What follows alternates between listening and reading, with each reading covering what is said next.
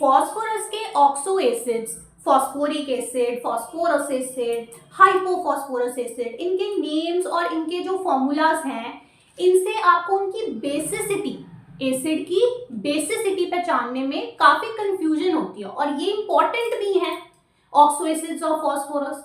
तो आज हम इसको समझ लेते हैं, इसको हम स्ट्रक्चर के थ्रू समझेंगे, जो उस पर्टिकुलर एसिड का स्ट्रक्चर है उसके थ्रू देखेंगे कि उसकी बेसिसिटी क्या है।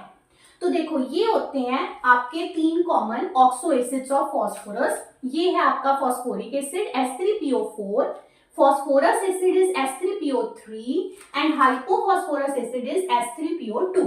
अब आप देख पा रहे हो कि तीनों के अंदर जो हाइड्रोजन्स का नंबर है वो तो सेम है, 3, तीनों में 3 है, इसमें ऑल हैव 3 हाइड्रोजन्स। लेकिन क्या ये तीनों की बेसिसिटी सेम है? बेसिसिटी माने वो एसिड का जो मॉलिक्यूल है, जब ये पानी में डिसॉल्व होगा तो ये कितने H पॉजिटिव आयंस रिलीज करेगा। तो क्या ये तीनों में 3 हाइड्रोजन्स की वजह से बेसिसिटी 3 है? नहीं है, इन तीनों की अलग बेसिसिटी है और वही उनके स्ट्रक्चर से समझनी होती है। देखो बेटा, वो वाला हाइड्रोजन ही आयोनाइजेबल होता है, एसिड में जाके रिलीज होता है H पॉजिटिव, जो इस तरह का होता है। O, ऑक्सीजन इलेक्ट्रोनेगेटिव एटम के साथ जो कनेक्टेड हाइड्रोजन है, ये OH, ये OH, ये OH, दीज आर आयोनाइजेबल, यही उसकी बेसिसिटी को कंट्रीब्यूट करेंगे।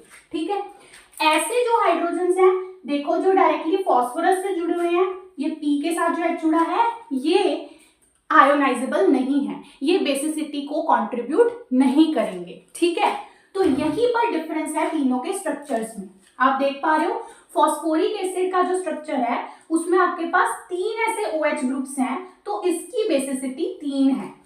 फॉस्फोरस एसिड में 2 ऐसे OH ग्रुप्स हैं, इसीलिए इसकी बेसिसिटी 2 है। हाइपोफॉस्फोरस एसिड में सिर्फ एक ऐसा OH ग्रुप है, इस वजह से इसकी बेसिसिटी 1 है। सो इनकी बेसिसिटी इस ऑर्डर में होती है। ठीक है, तो ये आपको ध्यान रखनी है। आपको इनका जो फॉर्मूला और नाम है वो पता होना चाहिए। द 3 ऑफ दीज स्ट्रक्चर का आपको ऐसे आइडिया रहना चाहिए, किसमें कितने OH ग्रुप्स हैं, अकॉर्डिंगली उतनी ही उसकी बेसिसिटी होने वाली है। ठीक है, hope you understood. Thank you.